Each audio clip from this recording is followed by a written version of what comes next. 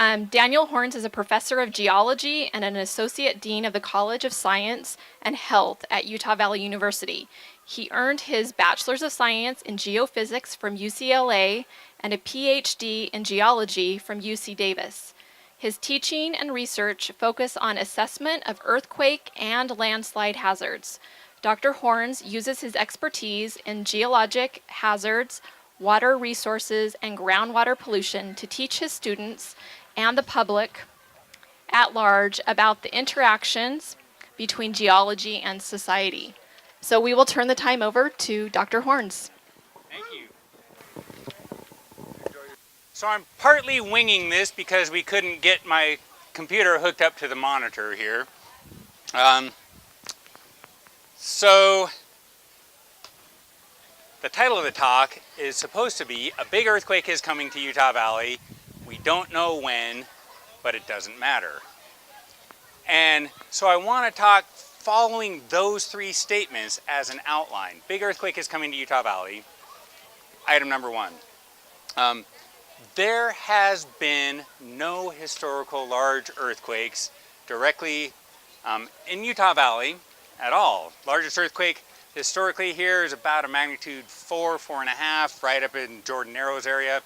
I don't remember exactly when that is, when that was.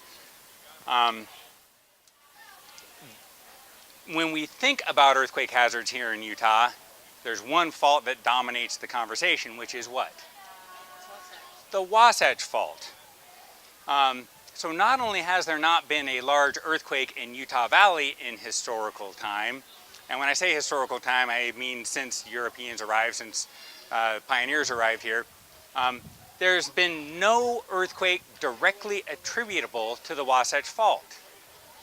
So we make this big stink about the Wasatch Fault and about earthquake preparedness, despite the complete lack of historical earthquake activity on the Wasatch Fault.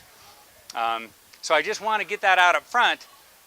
On the PowerPoint, my first goal was to show you the evidence that there have been large earthquakes on the Wasatch Fault prior to any written record in this area, and maybe as recently as a couple hundred years ago. And here's how we know that the Wasatch Fault is capable of producing earthquakes. Piece of evidence number one is the fact that in this part of the world, the crust of the earth is being deformed.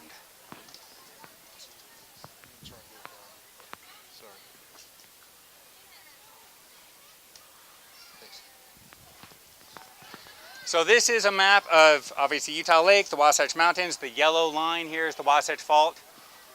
And when I say the crust of the earth is being deformed, I mean this part of the world is stretching roughly east-west by 1 to 2 millimeters per year. Doesn't sound very impressive, right? 1 to 2 millimeters per year. This is actually measured. This is observational fact. This is not anyone's theory. This is measured with highly precise GPS, Global Positioning System. Bob Smith up at the University of Utah set up a system of benchmarks around here, and through very careful GPS measurements has documented 1 to 2 millimeters per year of stretching between the east side of the Wasatch Range and the west side of the Wasatch Front Valleys. 1 to 2 millimeters per year, not a big deal. What if you have 1 millimeter per year over 1,000 years? Now how much stretching have you accumulated? That's a meter of stretching. Okay, a meter of stretching in 1,000 years, if it's 2 millimeters per year, and this is, you know, the data are not accurate within a millimeter, but it's somewhere between 1 and 2 millimeters per year. 2 millimeters per year means 2 meters of stretching in 1,000 years. So if we had 2 meters of stretching across the Utah Valley in 1,000 years, that is capable of producing a significant earthquake. How does that produce an earthquake? The crust of the earth, when we try to stretch the crust of the earth, we're stretching it, let's pretend this is east-west stretching, the crust doesn't simply open up and form a big gap. Instead, I have to somehow make these poster boards take up more space side to side without opening up a gap. What can I do to these poster boards to make them take up more space side to side and not open a gap between them? Yeah, I see a few people rotating your hands. Look at that.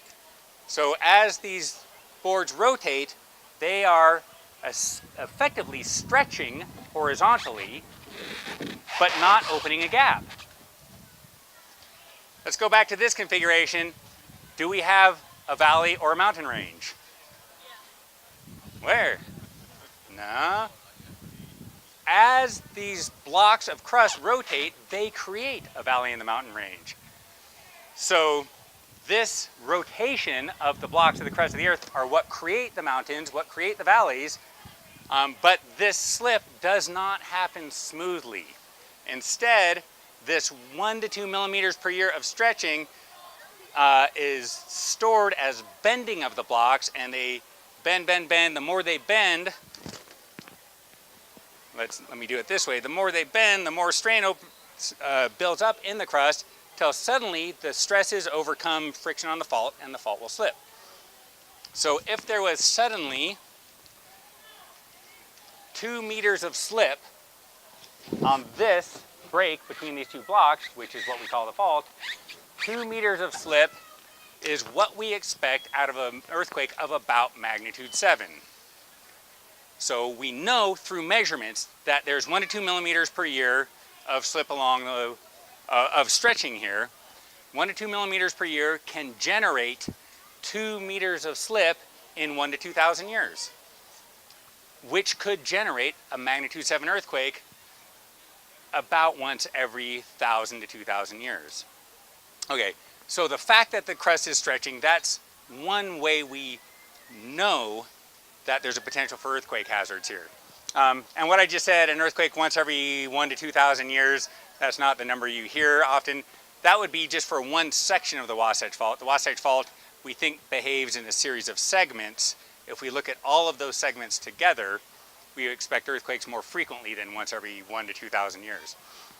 Okay, so because the crust is being deformed, we think there's a potential for earthquakes here. If we dig trenches along the Wasatch Fault and look at the layers of soil, we see in those layers of soil evidence of prehistoric earthquakes. And I would show you pictures of that, but I'm not able to. And there's a particular phenomenon that happens when the Wasatch Fault ruptures, and we suddenly generate a little cliff face there. And that cliff face will erode, and the soil from the eroded cliff face accumulates at the bottom of the cliff face. It creates a really distinctive deposit of sediment that we call a colluvial wedge. So when we are digging trenches across the Wasatch Fault, we're looking for these distinctive deposits of sediment called colluvial wedges. If we find one, often the only way to explain the presence of this little wedge-shaped deposit of sediment is from sudden slip on the fault.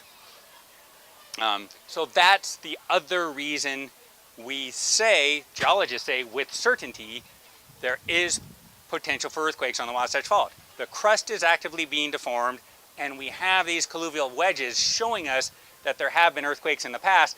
And when we look at the sizes of those colluvial wedges, they are consistent with about 2 meters of slip on the fault. So that's the first part. A big earthquake is coming to Utah Valley. The second part, we don't know when. When I tell people I'm an earthquake geologist, inevitably the first question is, when's the big one coming? My response is always, I don't know when, and anyone who tells you they do know is a quack, and don't listen to them. So there is this figure that probably some of you have seen. This is the Wasatch Fault in red here. Different segments of the Wasatch Fault. Here's the Provo segment from the point of the mountain down to Payson, Salt Lake City segment, Nephi segment, and so on. And every one of these red bullseye type things is the approximate timing of a prehistoric earthquake. And this is today, 1,000, 2,000, 3,000, 4,000, 5,000, 6,000 years ago, going back in time. So if you look at this, for the Provo segment, it looks like 1, 2, 3, 4, 5 earthquakes in the last 6,000 years. Let's see, so that's one earthquake every 1,200 years, pretty similar to what I said. So we ought to be able to tell. 5 earthquakes in 6,000 years, that's once every 1,200 years, so the last one was, looks like 300 years ago. We should be good for the next 700 years. Good, okay, let's all go home. No. Earthquakes don't happen as regular periodic phenomena. They just don't. The Earth system here is so complicated that sometimes a fault will go much longer than average without an earthquake, sometimes much shorter. And the best example of that is here on the Weber segment. These two earthquakes were clustered only about 250 years apart, following almost a 1,000-year gap of no earthquake activity. So this chart, I like to think of it as showing that there's been a lot of earthquakes, something like 22 earthquakes in the last 6,000 years on these segments of the fault. But beyond that, there's not much significant you can get out of this. This chart doesn't show you when to expect the next earthquake or on which segment to expect the next earthquake. You would think Brigham City because it's been the longest, but that may not be the case. So the Earth system is super complicated. That's one reason we can't say when the next one will be. Another reason we can't say when the next one will be is just the fact that these ages are approximate. So this one looks like it was 300 years ago. If you actually look at the data that said 300 years ago, 300 is the best estimate. But it could have been as little as right before the pioneers got here, or it might have been as much as 600 years ago. We just don't even know exactly when it was. So even if the Earth system was a very simple system where earthquakes happened on regular periods, we can't say exactly when the last one was. We can say within a couple hundred years, but that's the best we can do. So an earthquake is coming to Utah Valley. We don't know when. That's the first two parts of the talk. This is going much faster than it would have if I had all the pictures. So then the third part of the talk is, but it doesn't care. It doesn't matter. Why doesn't it matter? Here's some statistics for you. And anytime I'm trying to pull numbers out of my head is dangerous. I don't remember numbers well. But a few earthquakes that were about the size of earthquake we expect here. We expect the largest earthquake produced on the Wasatch Fault to be about magnitude 7, maybe up to 7.4 or so. That's based on how much the fault appears to slip, maybe as much as 3 meters, and the length of the rupture, which is maybe up to 60 kilometers. And if we compare that with historical earthquakes other places, 3 meters of slip over 60 kilometers, that gets you up to about a magnitude 7.4. So let's think of some earthquakes in the recent past around the world that have had about that same magnitude. Most recent one, about 4 years ago in Haiti. Remember that Haiti earthquake? And here's where my lack of being able to remember numbers is going to hurt me. I don't remember the casualty toll from the Haiti earthquake. I think it was 22,000 people died.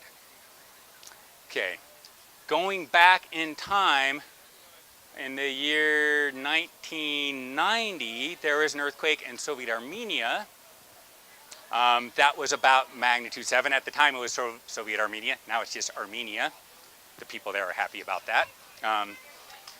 About magnitude 7, 25,000 people died. Trying to remember my chart there.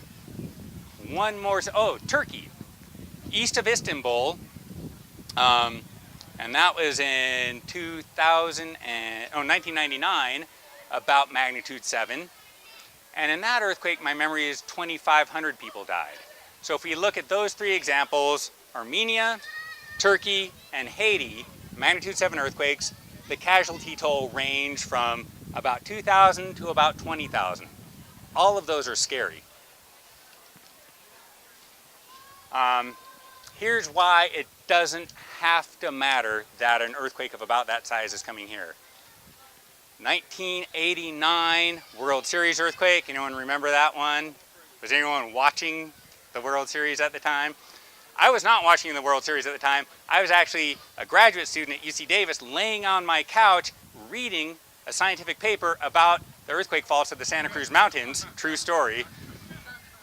And I felt this low frequency rumbling, and I thought, ooh, there's an earthquake. And it was very low frequency, so I knew it was far away.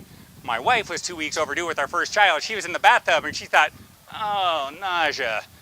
But it was the low frequency rumbling. Anyway, that World Series earthquake, about magnitude 7, 64 people died. Northridge, 1994, about magnitude 7. I didn't experience that earthquake. My memory of that one was around 20 people died. So what's the difference between 2,000 to 20,000 deaths and a couple dozen deaths? Construction. There's a saying we have in earthquake geology, earthquakes don't kill people, falling buildings kill people. That's why it doesn't have to matter that we have this earthquake coming. Because if we are prepared, then we don't have to fear as much as we otherwise would. That's the good news. So the good news is if you are living in or working in a building that meets modern earthquake code, you're okay. So there's one of the take-home messages. It's not likely to be a life safety issue for you. There will be issues you need to worry about. Comfort issues following the earthquake, having food and water, getting a hold of your family, things like that. But life safety is not going to be a huge concern if you live or work in a building that meets modern code.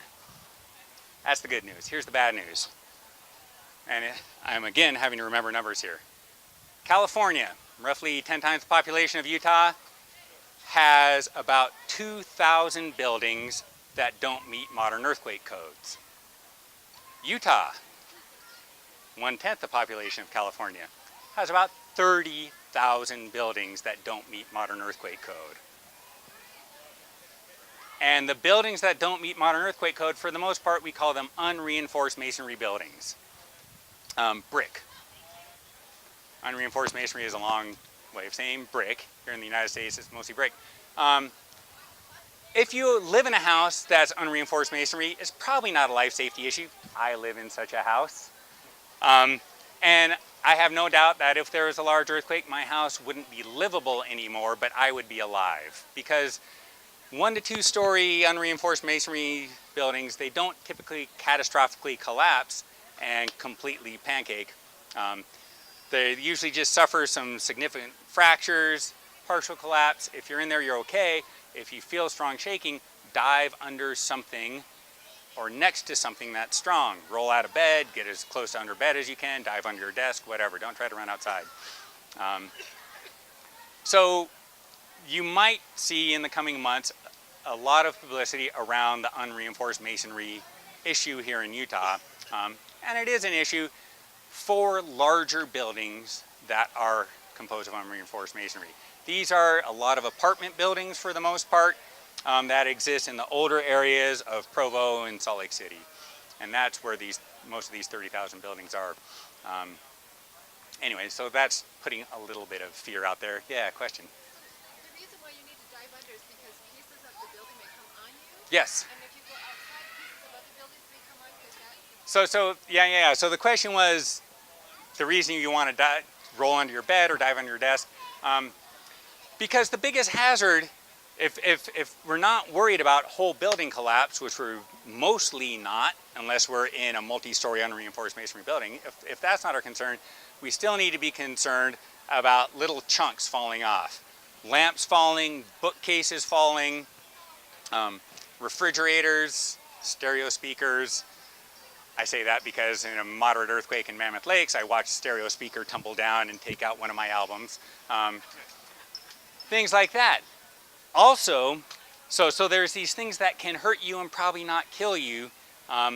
if you're trying to run outside, you're likely going to injure yourself because during strong ground shaking, it's hard to run. You're better off just huddling underneath.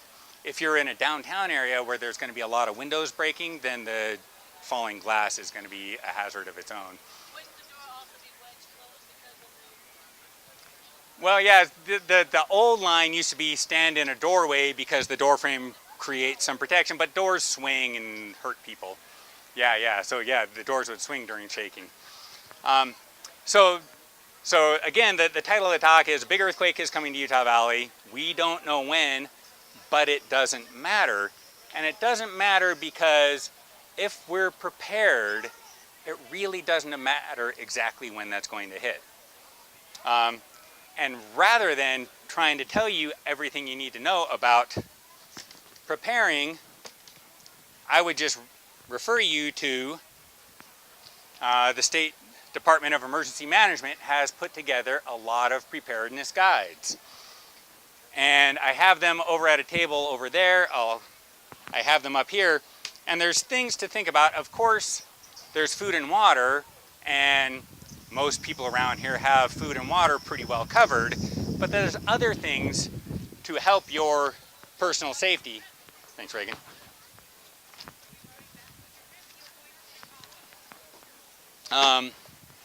Flashlights, things like that. Having a family communication plan so you can get in touch with your loved ones. Have a designated out-of-state phone number that you all call. That's key, because in-state calls will be tied up. It's easier to call to out-of-state if there's an earthquake here. And rather than, like I said, rather than running over all of them, I will invite you to pick up some of these plans here. There's also tips on how to prepare your home for earthquake safety. Number one tip is, of course, anyone know? Tie it down. If your home is not tied to the foundation, that's it. Then also tying down your water heater. Your water heater needs to be strapped to something, to a beam or something, because water heaters will tip over. Most of them are gas fired. If the gas line breaks, then you've created a major fire hazard. Even if you don't have water storage, you've got the water in your water heater to use, so you'll have water for several days. Everyone hear that? So we all have water in our water heater that we could use if the water heater is strapped to the wall and hasn't burned as a water source. Yeah, people need to get resourceful. So I have those preparedness guides here and back at the table. I also have this document that was put together by the Utah Seismic Safety Commission and the Utah Geological Survey and others called Putting Down Roots in Earthquake Country, which has in it a lot of information on the Wasatch Fault, like the document I just showed you. It looks slightly different because it's been updated. The poster I just showed you is updated. It's got that information on geologically why we have an earthquake hazard here, plus a lot of preparedness information in it. And so you can pick this up, or you can just, if you just Google "Putting Down Roots in Earthquake Country, Utah," you can get a PDF version of this. And lastly, I'll just make a little pitch. As I was introduced, I'm a professor of geology over at UVU.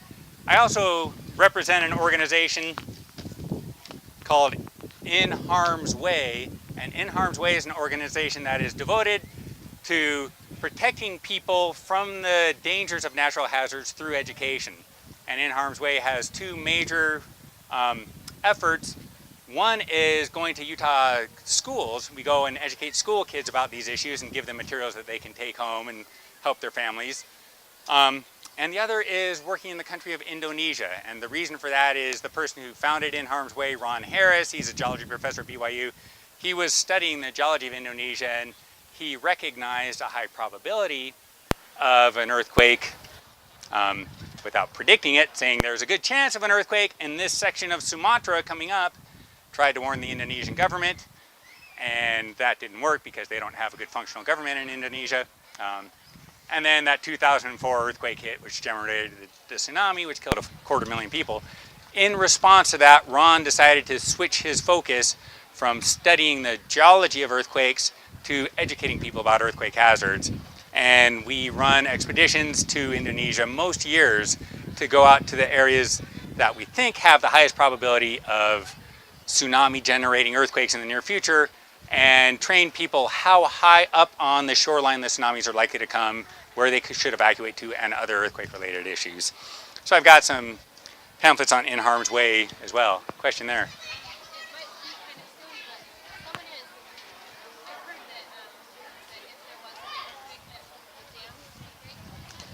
Yeah, so that's a good question. Would the dams break during an earthquake? Deer Creek Dam was retrofit. The retrofit finished about 3 years ago or so. That's because it was in danger of catastrophic failure during an earthquake from a phenomenon known as liquefaction, where there's got sandy soils inside the dam. These soils are intended to allow water to flow through, so any water that seeps into the dam flows through the sandy soils, then out along the river. The way the dam was initially designed was bad, and those sandy layers were creating liquefaction hazards so that the whole earthen dam could have catastrophically failed. It was retrofit, and it should be good now. Jordanelle Reservoir was built when these issues were understood, and it should be fine. So I wouldn't feel bad about living along the Provo River floodplain from that perspective. If the dams did fail during an earthquake, which would surprise me, I don't think they would fail catastrophically. It would be a failure over the course of at least several hours, if not several days. It's not like a thin arch dam that can fail in a matter of seconds.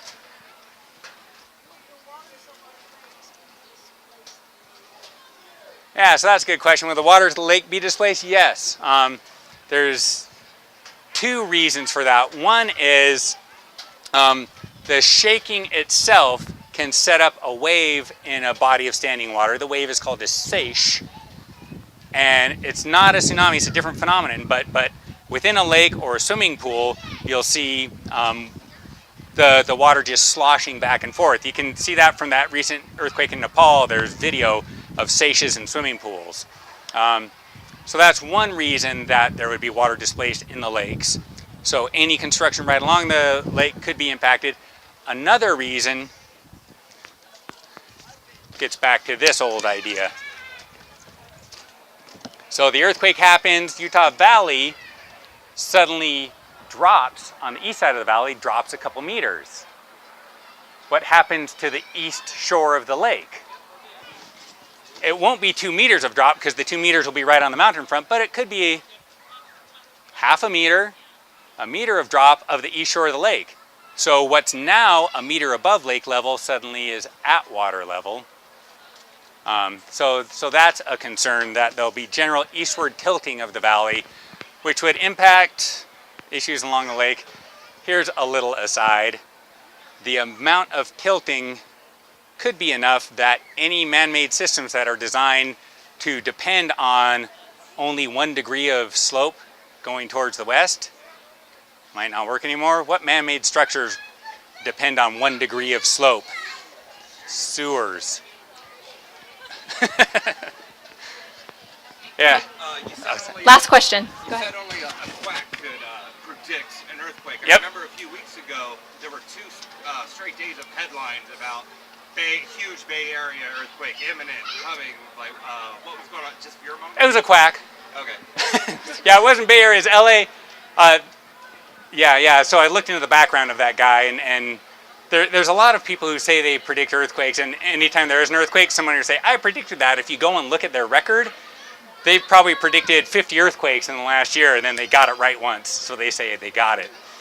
Coincidentally, that prediction came out the day before the movie San Andreas was released, and those might be related.